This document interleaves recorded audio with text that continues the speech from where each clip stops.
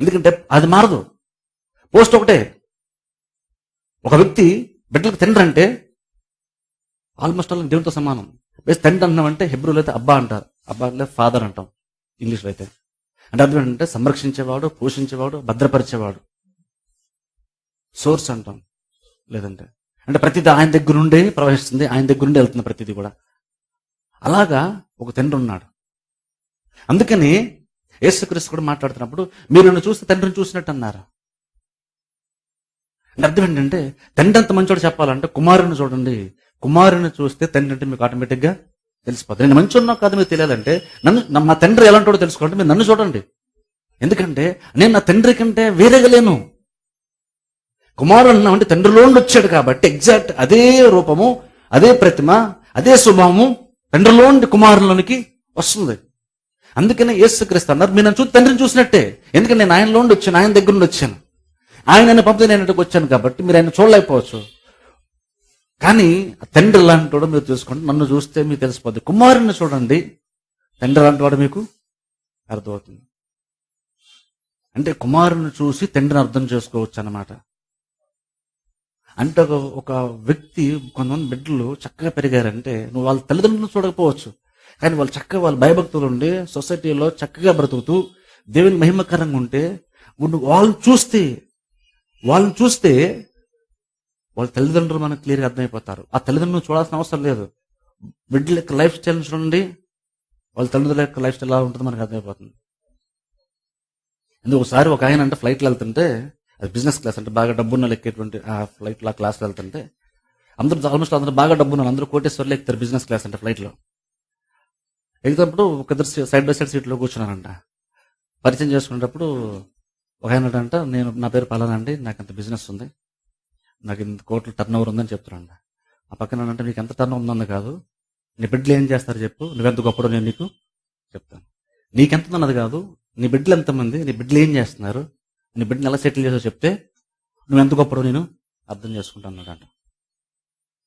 ఎందుకంటే ఒక తండ్రిగా మేజర్ రెస్పాన్సిబిలిటీ ఏంటంటే మన బిడ్డలు మనం పోషించామా, వాళ్ళ అవసరాలు తీర్చామా, వాళ్ళ స్కూల్ ఫీజు కట్టామా, వాళ్ళ బుక్స్ కొన్నామా, వాళ్ళకి ఆహారం ఇచ్చామా అన్నదే కాదు. ఒక తండ్రి అంటే అర్థం ఏంటంటే వాళ్ళ లైఫ్ స్టైల్నే మార్చాల్సిన బాధ్యత తండ్రి చేతుల్లో ఉంది. జస్ట్ పోషించడంలో లేదు, పోషించడంలోనో కిడును తప్పించడంలో లేదు, తనకు అనుకూలంగా మార్చుకోవడం వాడే తండ్రి.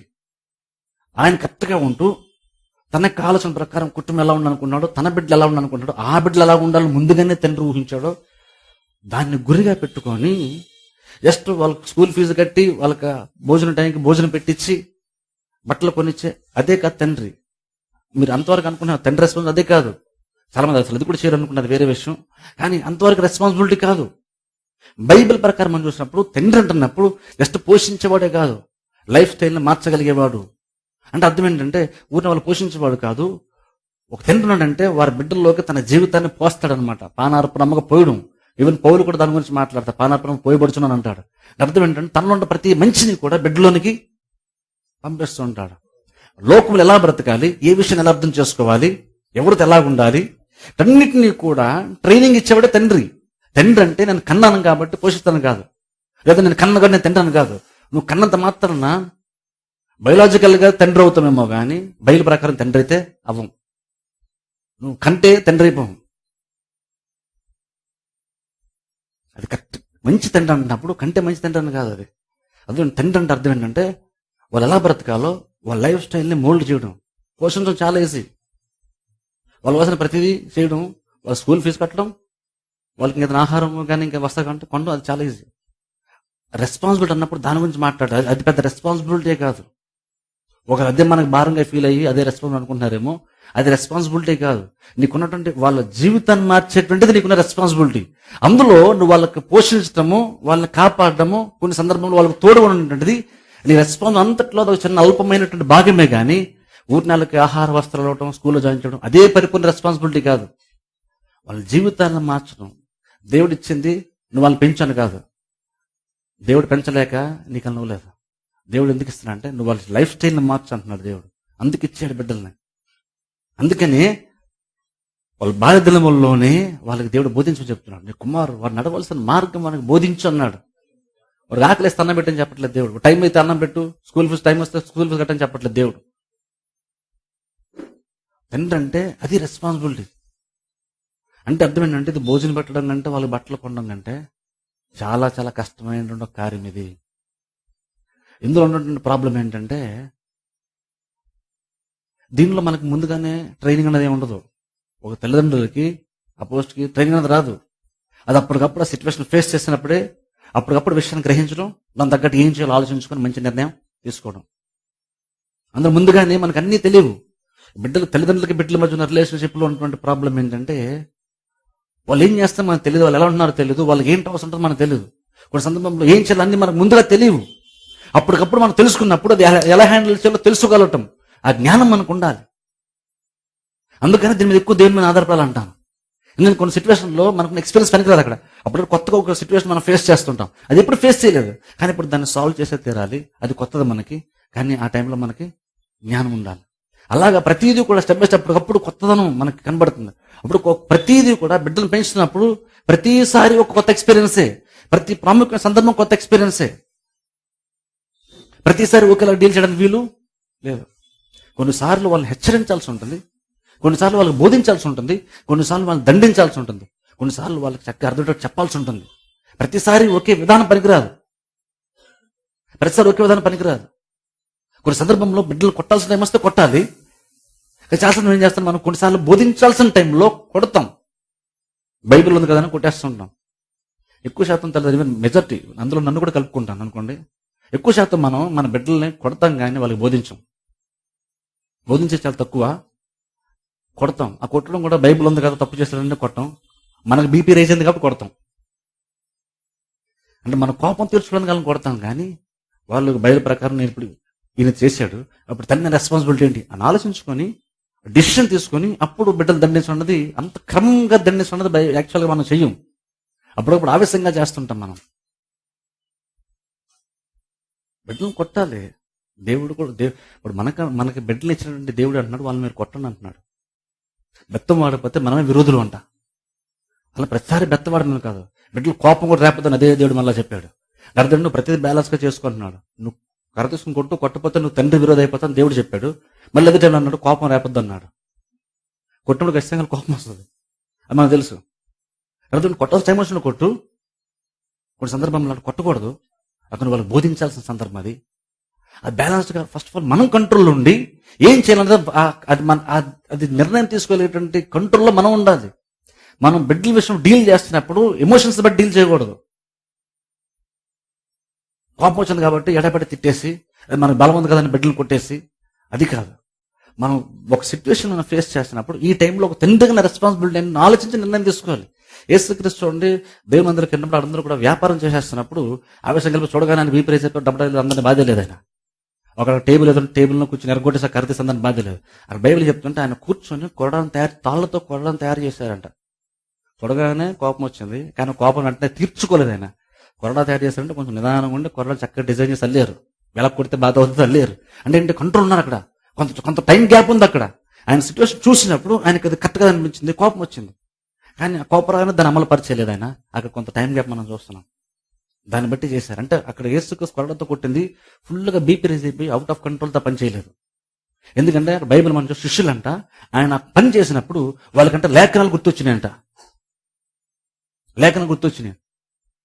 మనం అనుకున్నామంటే యేసుక్రీస్తు బీపీ పెరిగిందని అనుకుంటున్నాం. శిష్యులకు అర్థమైంది బాగానే. అలా అంటున్నా వాళ్ళు వాక్యాన్ని జ్ఞాపకం చేసుకున్నారు. యేసుక్రీస్తుకి ఈరోజు బీపీ వచ్చింది ఏంటి అనుకోలేదు. ఆయన ఉదయం లేసినప్పుడు సరిగ్గా లేదేమో అనలేదు. ఆయన ఆ శిష్యులు అలా అనుకోలేదు. ఆయన చేసిన ఎంత పద్ధతిగా ఆయన చేస్తుంటారంటే ఆయన అంతగా బల్లని తిరిగేసేసి అందరిని కొట్టేసి ఎప్పుడు యేసుక్రీస్తు అలా రియాక్ట్ అవ్వలేదు.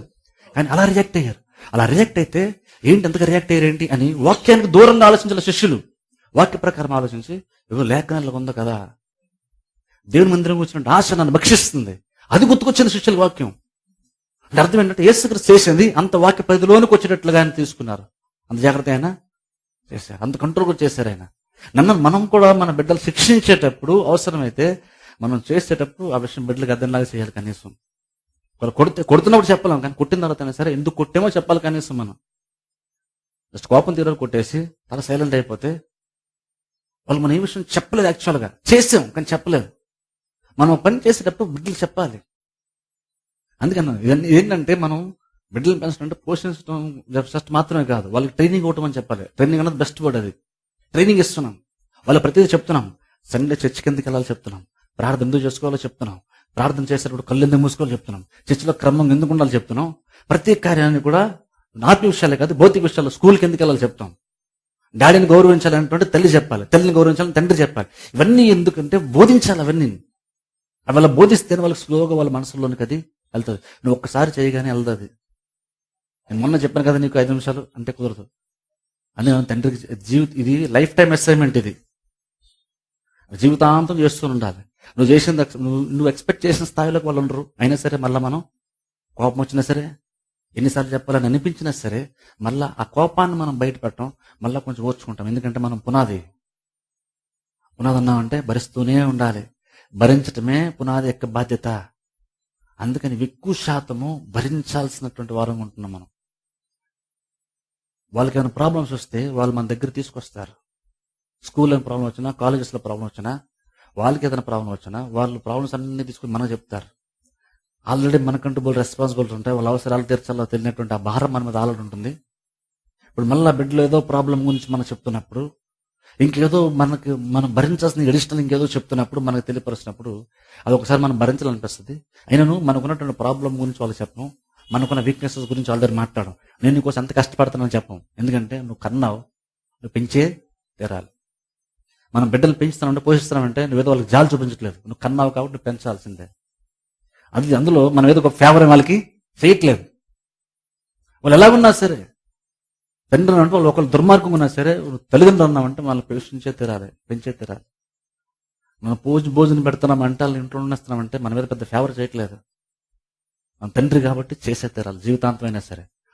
రచిపోవరకు ఆయనే ఉద్యోగం చేయకపోవచ్చు, కానీ నువ్వు తండ్రి అన్నామంటే నువ్వు ఖచ్చితంగా నీ బిడ్డని వాళ్ళకి ఎంత వచ్చినా సరే, వాళ్ళు ఏం పని చేయకపోయినా సరే, వాళ్ళు నీ దగ్గరే కూర్చొని నీ దగ్గర వాళ్ళు బ్రతుకుతున్నా సరే, నువ్వు పెట్టింది ఇంక నువ్వు తినాల్సి వచ్చినా సరే, వాళ్ళు ఇంక నువ్వు పెడుతూనే ఉండాలి. తండ్రి అన్నాడు ఎప్పుడు ఇచ్చేవాడిగా ఉండాలి, కానీ తీసేసుకునేవాడిగా ఉండకూడదు. అది తండ్రికి రెస్పాన్సిబిలిటీ. అంత బాధ్యత మన మీద ఉంది. దానంత బాధ్యతను మన మీద వేసాడు. అందుకని చూడండి, ఇది ఎందుకనే దీనికి దేవుని యొక్క సహాయం లేకపోతే దీన్ని మనం ఏమి చేయలేం. దేవుని యొక్క సహాయంతోనే ప్రతిదీ కూడా మనం చేయగలుగుతాం. చూద్దాం, చూడండి, వాక్య భాగం నేను చెప్పి ముగిస్తాను, టైం లేదు. యోహాను సువార్తలోకి వెళ్దాం. 38వ వచనం చదువుకుని. యోహాను సువార్త 8:38 వచనం చదవండి ఉన్నప్పుడు దయచేసి. నేను నా తండ్రి యొద్ద చూచిన సంగతులనే బోధించుచున్నాను. చూడండి, అక్కడ కుమారుడు అంటున్నాడు, నేను నా తండ్రి యొద్ద చూచిన సంగతులనే బోధించుచున్నాను, ఆ ప్రకారమే మీరు మీ తండ్రి యొద్ద వినిన వాటినే జరిగించుచున్నారని వారితో చెప్పాను. ఇప్పుడు యేసుక్రీస్తు చెప్తున్నారు, నేను చెప్పే ప్రతిదీ కూడా నా తండ్రి దగ్గర నేను నేర్చుకుంది నేను చెప్తున్నాను. అలాగే మీరు కూడా మీ తండ్రిని బట్టి మీరు బిహేవ్ చేస్తున్నారు. నా బిహేవియర్ మీరు చూడండి. నా బిహేవియర్ ఎందుకు ఎలా ఉంటుందంటే, నా తండ్రిని బట్టి నా బిహేవియర్ ఎలాగున్నా ఉంటుంది. అలాగే మీ బిహేవియర్ కూడా మీ తండ్రిని బట్టి మీ బిహేవియర్ ఎలాగున్నా ఉంటుంది. అంటే గమనించండి, తండ్రిగా ఉన్నటువంటి ఆ పొజిషన్లో మన కింద ఉన్నటువంటి బిడ్డల మీద మన ఇన్ఫ్లుయెన్స్ అంత ఎక్కువ ఉంటుంది. అది మంచిగానే సరే, చెడుగానే సరే. అదే యేసుక్రీస్తు చెప్తున్నారు. ఇక్కడ యాక్చువల్గా ఏంటంటే, ఎవరు సృష్టించింది కదా ఇక్కడ మాట్లాడితే, చూడండి అక్కడ యేసుక్రీస్తు కూడా మాట్లాడుతూ, ఇప్పుడు చూడండి అక్కడ యేసుక్రీస్తు విషయం చెప్తున్న వాళ్ళు అంటున్నారు, అందుకు వారు 39 వచనం, ఆయనతో మా తండ్రి అబ్రహాం అనేది యేసు అంటున్నారు. అప్పుడు మీరు అబ్రహాము పిల్లలైతే, గమనించండి, మీరు అబ్రహాము పిల్లలైతే అబ్రహాము చేసిన క్రియలు చేతురు.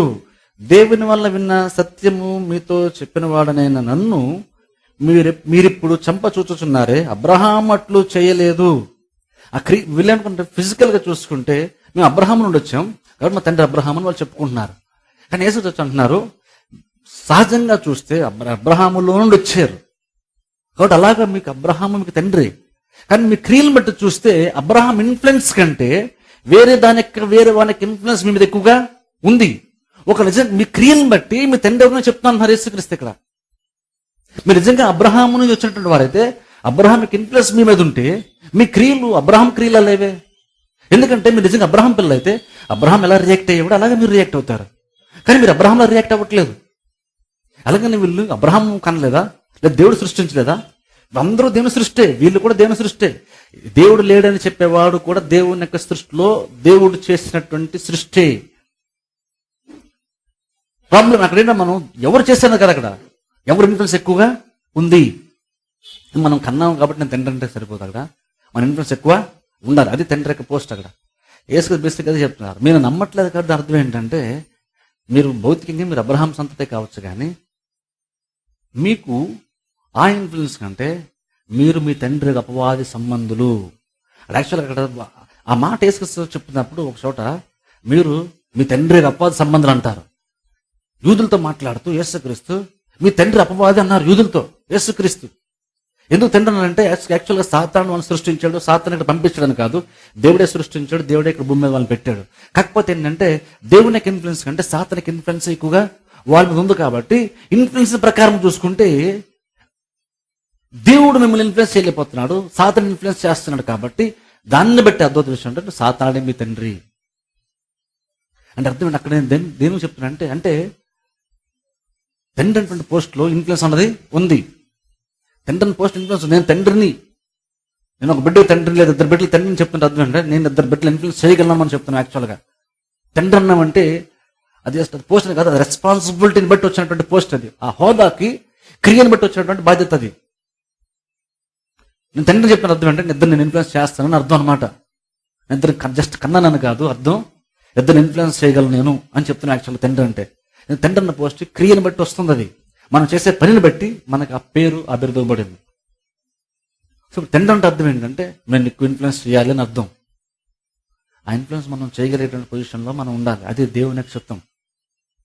దేవుడు అది కోరుకుంటున్నాడు. అందుకని జస్ట్ పోషించడం గురించి ఆలోచించకండి. జస్ట్ పోషిస్తే నా బాధ్యతని చేస్తానండి, వాళ్ళు పెళ్ళిళ్ళు చేస్తాను, సెటిల్ చేస్తాను అయిపోయాను. పెళ్ళిళ్ళు చేసిన తర్వాత కూడా ఇంకనూ తండ్రిగా ఉన్నామంటే బాధ్యత ఉంది. పెళ్లి చేసిన తర్వాత కూడా బాధ్యత ఉంది మనకి. వాళ్ళకి ప్రాబ్లం వస్తే ముందు నిలబడాల్సింది మనమే. వాళ్ళు ఏదైనా ఫైట్ చేయాల్సి వస్తే ముందు నిలబడాల్సింది తండ్రి, వెనకాలే భార్య కానీ బిడ్డలుగా ఉంటారు. అంత రెస్పాన్సిబిలిటీ ఉంది. అంటే తండ్రి ఎలా ఉండాలంటే, సాతానుడు మన బిడ్డను టచ్ చేయాలంటే మన బిడ్డలు రాని ఫస్ట్ మనం దాటుకొని వెళ్ళే అంతగా తండ్రి నిలబడాలి. బిడ్డల్ని సాతాను ఇన్ఫ్లుయెన్స్ చేయాలంటే తండ్రిని దాటిన తర్వాత ఇన్ఫ్లుయెన్స్ చేయగలరు. అంటే బిడ్డల దగ్గరికి సాతాను వెళ్ళాలి అంటే తండ్రిని ఓడించే బిడ్డల దగ్గరికి సాతాను వెళ్ళాలి. అంతగా తండ్రి కుటుంబానికి ముందుండి సంరక్షించేవాడిగా ఉన్నాడు. కాకపోతే మనం ఏంటంటే అలా చూడట్లేదు. మనం చెప్తున్నానండి వెంటలేదని అంటాం మనం. అందుకని చూడండి, ఇక్కడ మనం ఎగ్జాంపులర్ లైఫ్ మనకు లేకుండా మన బిడ్డలు ఇన్ఫ్లుయెన్స్ చేయాలి. బెస్ట్ ఇన్ఫ్లుయెన్స్ ఏంటంటే నువ్వు 10 ప్రసంగాలు చర్చిలో నేను చెప్పింది నీకెవరో చెప్పిందో వాక్యం ఎలా ఉంది 10 ప్రసంగాలు బిడ్డలు చేయడం కంటే, నోటుతో 10 ప్రసంగాలు చేయడం కంటే నీ జీవితంతో ఒక్క అడుగు ముందుకు వేస్తే అది ఎక్కువ ప్రభావం వాళ్ళ మీద చెప్తుంది. అదే కష్టం. చెప్తాం బోల్డ్ బిడ్డలకి, కానీ చేయడంలోనే మనం ఫెయిల్ అవుతున్నాం. కానీ ఇన్ఫ్లుయెన్స్ అన్నది చేయడంలోనే వస్తుంది. మనం ప్రభావితం చేయాలంటే వాళ్ళు చేయడంలోనే వస్తుంది. అందుకని చూడండి, ఈ రెస్పాన్సిబిలిటీ మనం తీసుకోవాలి. అబ్రహాం ఇస్సాకుని చక్కగా పెంచాడు. అబ్రహాముకు తెలుసు, ఇస్సాకుకు తెలుసు, తండ్రి మనం వెళ్తున్నాం, నిప్పు ఉన్నాయి, కట్లు ఉన్నాయి, ఇంటికి బలేది అడుగుతున్నాడు. ఇస్సాకు అడుగుతున్నాడు తండ్రిని. దేవునికి అర్పించాల్సినటువంటి ఆ కార్యములన్నిటిలో ఒక్క కార్యం మిస్ అయితే ఏం మిస్ అయిందో ఇస్సాకు కనుక్కోగలిగాడు. ఏం మిస్ అయిందో కనుక్కోగలిగాడు ఇస్సాకు. అర్థం ఏంటి? ఇస్సాకు అంత షార్ప్ అని కాదు అక్కడ. అబ్రహాము అంతగా ఇస్సాకుని బోధించాడు ఆ విషయాల గురించి. ఇజ్రాయేల్ పిల్లలు ఖచ్చితంగా తరచూ బలర్పించాలి. అది ఎప్పుడు వాళ్ళకు ఉండేటువంటి బాధ్యత. సో చెప్తున్నాడల్లా, అది చేస్తున్నప్పుడల్లా బహుశా అబ్రహాం ఇస్సాకు బోధిస్తూ ఉన్నాడు. దేవునికి ఎందుకు బలర్పిస్తాం, దేవునికి ఎందుకు కానులు సమర్పిస్తాం, దేవునికి ఎందుకు దశమాగం ఇస్తాం, తండ్రిగా చెప్పుంటాడు. చర్చికి ఎందుకు వెళ్తాం, అబ్రహాం చెప్పుంటాడు. బలి యొక్క మీనింగ్ ఏంటో చెప్పుంటాడు. దేవుని ఆరాధించడం అంటే, దేవుని సేవించడం అంటే ఏంటో అబ్రహాం ఇస్సాకు చెప్పుంటాడు. అందుకని ఆ చిన్న వయసులోనే ఇస్సాకుకి ఆ జ్ఞానం వచ్చింది. అక్కడ ఎందుకు చేస్తున్నారు అట్లేదు. డాడీ మనం చర్చికి ఎందుకు వెళ్తుంటే అది చాలా గొప్ప విషయం యాక్చువల్గా. కానీ అక్కడ ఇస్సాకు మీరు ఎందుకు చేస్తాను చెప్పట్లేదు. అక్కడ చేస్తున్న విషయం తెలుసు, కానీ చేసేటువంటి దాంట్లో చేసేదాన్ని ఎన్నిసార్లు పోసి ఇస్సాకు చూస్తుంటాడు. మరి అబ్రహాం ఎన్నిసార్లు ఇస్సాకు కళ్ళ ముందు చేస్తుంటాడో తెలియదు, కానీ గతంలో చూసిన దానికి ఇప్పుడు వెళ్తున్న దానికి చాలా వ్యత్యాసం కనబడింది అబ్రహాం ఇస్సాక్కి. అన్నాడు, డాడీ మనం ఎప్పుడు తీసుకెళ్ళిన వల్ల మనకు బలి ఉండేది, ఈసారి బలి లేదేంటి, మిస్ అయింది ఏంటిది అంటే యాక్చువల్ అందులో ఉంటుందన్న విషయం గతంలో చాలా సార్లు ఇస్సాకు చూసేసి ఉంటాడు. దేవుని దగ్గరికి వెళ్తున్నాం అంటే ఓహో ఈ ఐటమ్స్ అన్నీ ఉంటాయి అన్న విషయం ఇస్సాకు మనసులో స్థిరపడిపోయింది. కాబట్టి ఇప్పుడు అలా కాకుండా ఒకటి మిస్ అయినప్పుడు ఏది మిస్ అయిందో ఇస్సాకు తెలిసింది. అందుకు తండ్రిని క్వశ్చన్ చేస్తున్నాడు, డాడీ అన్నీ ఉన్నాయి, ఒకటే బలి లేదేంటి? నిప్పులు ఉన్నాయి, కట్లు అన్నీ ఉన్నాయి, బలి మాత్రం ఎంతగా ట్రైనింగ్ ఇచ్చినట్లు అబ్రహాం ఆలోచించండి. అది స్వతహాగా రాదు, అది బిడ్డలో సహజంగా అది రాదు, అది తల్లిదండ్రులుగా మనం నేర్పాలి. అది ఈ రోజులు అందుకంటే చూడండి, బిడ్డలను పెంచడం అంత కష్టమైనటువంటి పని ఇంకోటి లేదు జీవితంలో. ప్రస్తుత పరిస్థితుల్లో ప్రపంచంలో పోకడలో విధానంలో చూస్తే నిజంగా బిడ్డలను కరెక్ట్గా వాక్య ప్రకారం బిడ్డలను పెంచాలంటే మాత్రము నీ సొంత జ్ఞానము సరిపోదు, నీ సొంత ఆలోచన సరిపోవు. ఖచ్చితంగా నీకు దేవుని జ్ఞానం కావాలి, నీకు దేవుని యొక్క సహాయము కావాలి. అంటే నువ్వు దేవుడిని అడగాలి. ఈవెన్ తల్లిది కూడా కదా రెస్పాన్సిబిలిటీ, తండ్రిదే రెస్పాన్సిబిలిటీ. అక్కడ తండ్రిదే రెస్పాన్సిబిలిటీ. బిడ్డలు ఎలా బ్రతుంటే గమనించాల్సిన రెస్పాన్సిబిలిటీ తండ్రిది. నేను డ్యూటీ చేసుకొస్తాను, నేనేం చేస్తాను అనకూడదు. ఎందుకంటే దేవుడు బహుమానంగా బిడ్డలను ఇచ్చాడు, ఇచ్చినప్పుడు సంతోషించావు. ఇప్పుడు బాధ్యత వచ్చేసరి మాత్రం నేను ఇవన్నీ నేను చూడగలను, డ్యూటీకి వెళ్తాను కదా అంటున్నాం మనం. గమనించండి, దేవుడు ఇచ్చాడంటే నువ్వు చేయగలవు, ఇష్టం ఆ విషయం, ఆ జ్ఞానం మనకు ఉండాలి, అది తెలుసుకోగలగాలి. బిడ్డలు దేవుడు ఎందుకు ఇచ్చాడు? మనం అనుకుంటాం బిడ్డలను దేవుడు ఎందుకు ఇస్తున్నాడు, కుమారులు ఎందుకు ఇస్తున్నాడు, దాన్ని మనం అనుకుంటున్నాం అంటే మన ఇంటి పేరు నిలబెట్టడానికి అనుకుంటున్నాం. బయలుపరచడం అది చాలా సిల్లీ రీజన్. అది ఇంటి పేరు నిలబెట్టడం కోసం అన్నది. క్రిస్టియన్స్గా అసలు ఇంటి పేరు కోసం ఆలోచించడం మానేయండి.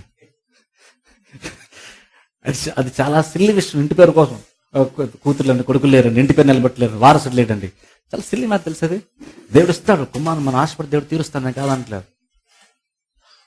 కానీ మన బిడ్డలు చూస్తున్నప్పుడు జస్ట్ మన ఇంటి పేరు నిలబెట్టేవాడుగాను, లేదా మన స్వరూపం మనం చూసుకోవడానికి ఉన్నాడను, మన వంశాన్ని నడిపించడం జస్ట్ అది చాలా అల్పమైనటువంటిది. అది ఆడబిడ్డ అయినా సరే మగబిడ్డ అయినా సరే రెస్పాన్సిబిలిటీ మాత్రం సేమ్. అది మగుడు కాబట్టి జాగ్రత్త పెంచాలి, ఆడపిల్లతో అవసరం వెళ్ళిపోద్ది కదా, అది కాదు. అదంతా బైబిల్ లేనటువంటి కారణాలు అవి కాదు, అసంత మ్యాటర్ కానీ కాదు.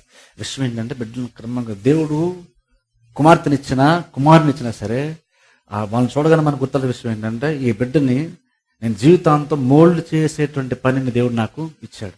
అంటే బిడ్డన కన్నా తల్లిదండ్రులు ఏం ఆలోచించాలంటే నాకు ఎక్కువ నుండి నా జీవితాంతం నేను చేసేటువంటి మరొక పని ఎక్స్ట్రాగా ఇప్పుడు నాకు వచ్చింది. ఇప్పుడు నేను చేస్తున్న పనులు కాదు, ఇప్పుడు కొత్త ఇంకొక పని నాకు దేవుడే కలిపాడు. సో నాకు చాలా రెస్పాన్సిబిలిటీ ఉంది అని గ్రహించి ప్రతిరోజు ఆ బాధ్యతను బట్టి ప్రవర్తిస్తే, బాధ్యత ప్రతిరోజు వాళ్ళు మంచి స్కూల్లో జాయిన్ చేస్తాం, వాళ్ళు అవసరం తీర్చడం మాత్రమే కాదు, కానీ వాళ్ళ లైఫ్ స్టైల్ ఎలా మారుస్తున్న దాని గురించి ఆలోచించండి. అనిసేపు ఏంటంటే వాళ్ళు చదివిస్తున్నాం, సహజంగా వచ్చేస్తుంది, అందరికీ వస్తుంది, నాకు వస్తుంది, అందరికీ సహజంగా తల్లిదండ్రులు అందరికీ అదే వస్తుంది. మంచి స్కూల్లో చదివిద్దాం, వాళ్ళు మంచిగా ఉద్యోగం చేస్తే మంచిగా సెటిల్ అవుతారు, మనకు ముద్దు పెడతారు ముసలి అయినప్పుడు అనుకుంటాం. సహజంగా మనకు అనిపిస్తుంది, అందరికీ అనిపిస్తుంది, మీకు అనిపిస్తుంది, నాకు అందరికీ అనిపిస్తుంది. కానీ మనం దాని నుండి తేరుకోవాలి. మనం బిడ్డలు చూస్తున్నాం అక్కడి వరకు చూడకూడదు. మన ముసలు అయ్యి ఏ పని చేయలేని టైంలో మూలం కూర్చున్నప్పుడు వాళ్ళు భోజనం పెడితే తినేసి తిన్న బతినంతకాలం బతి చచ్చిపోవడం, అంత తల కొరిగి పెట్టడానికి కొంతమంది చెప్తారు. అలాగే అదంతా కాదు, అసలు అంత కానే కాదు. దేవుడు ఇచ్చాడంటే ఏంటంటే నువ్వెంత బెనిఫిట్ పొందుకుంటాను కాదు, నీ బిడ్డకు నువ్వు ఎంత బెనిఫిషియల్గా నువ్వు ఉంటాను, దాని మీద దేవుడు ఇచ్చాడు. అంటే మనం బిడ్డలు కన్నామంటే వాళ్ళని తర్వాత ఎంత ఉపయోగపడుతుంది కాదు, వాళ్ళకి ఎంత ఉపయోగపడతావు అంటే ఇంపార్టెంట్. అక్కడ దేవుడు బిడ్డలు ఇచ్చింది నువ్వు వాళ్ళకి ఆశీర్వాదకరం ఉండాలని, వాళ్ళు నీకు ఆశీర్వాదకరం ఉండాలని కాదు. ఆ రెస్పాన్సిబిలిటీని గుర్తుపెట్టుకోవాలి మనం. అలా గుర్తుపెట్టుకుంటే వాళ్ళు చూస్తున్న ప్రతిసారి రెస్పాన్సిబిలిటీ గుర్తిస్తే మనం చేసే ప్రతిదీ కూడా చాలా జాగ్రత్తగా చేస్తాం. అప్పుడు రెస్పాన్స్ నిజంగా తెలిస్తే అప్పుడు ఏమనిపిస్తుంది, అసలు నిజంగా ఆ రెస్పాన్సిబిలిటీ నిజంగా నేను చెప్పిన వాక్యం బట్టి గ్రహించగలిగితే మనందరికీ అర్థం విషయం ఒకటి ఏంటంటే ఇది జస్ట్ సహజంగా నా ఒక్కడి వల్ల జరిగేది కాదు. ఎందుకంటే లోకం అంత ఇన్ఫ్లుయెన్స్ చేస్తుంది మన బిడ్డల్ని. మన దగ్గర ఉంటారు, ఎక్కువ శాతం మన దగ్గర గడుపుతారు, మనం పెట్టి భోజనం తింటారు, మనం జాయిన్ చేసిన కాలేజ్ చదువుతారు, కానీ ఇన్ఫ్లుయెన్స్ మాత్రం లోకంది ఎక్కువ అవుతుంది. అందులో మనం లోకం తప్పడుతుంటాం. లోకం దానిపైన అది చేస్తుంది, అది ఇన్ఫ్లుయెన్స్ చేస్తుంది. వాడు అపవాది సాతానుడు, వాడు అపవాది తండ్రి, వాడు ఇన్ఫ్లుయెన్స్ చేస్తుంది మన బిడ్డల్ని. మనం సాతాను మీద వేలు పెట్టి చూపిస్తున్నాం, కానీ నేను ఇన్ఫ్లుయెన్స్ చేయట్లేదు ఏంటని కాదు, దాన్ని మనం ఆలోచించట్లేదు. సాతాను మనం తీసి టార్గెట్ కాదు మన బిడ్డలు ఇన్ఫ్లుయెన్స్ చేయడానికి. వాడు తండ్రి కాదు సాతానుడు, అయినా సరే వాడు మన బిడ్డలు అంత ఇన్ఫ్లుయెన్స్ చేస్తున్నప్పుడు ఓ తండ్రిగా మనం ఎంత ఇన్ఫ్లుయెన్స్ చేయాలి, ఆ పౌరుషం మనకి రావాలి. లోకం ఇన్ఫ్లుయెన్స్ చేస్తున్నప్పుడు ఖచ్చితంగా నేను ఇన్ఫ్లుయెన్స్ చేసే తీరాలి. లోకం బాగా కష్టపడితే, సాతాను బాగా కష్టపడితే, మనం కన్న తండ్రి కంటే మనం ఇంకెక్కువ కష్టపడాలి. ఇన్ఫ్లుయెన్స్ చేయడం మనం ఎక్కువ కష్టపడాలి.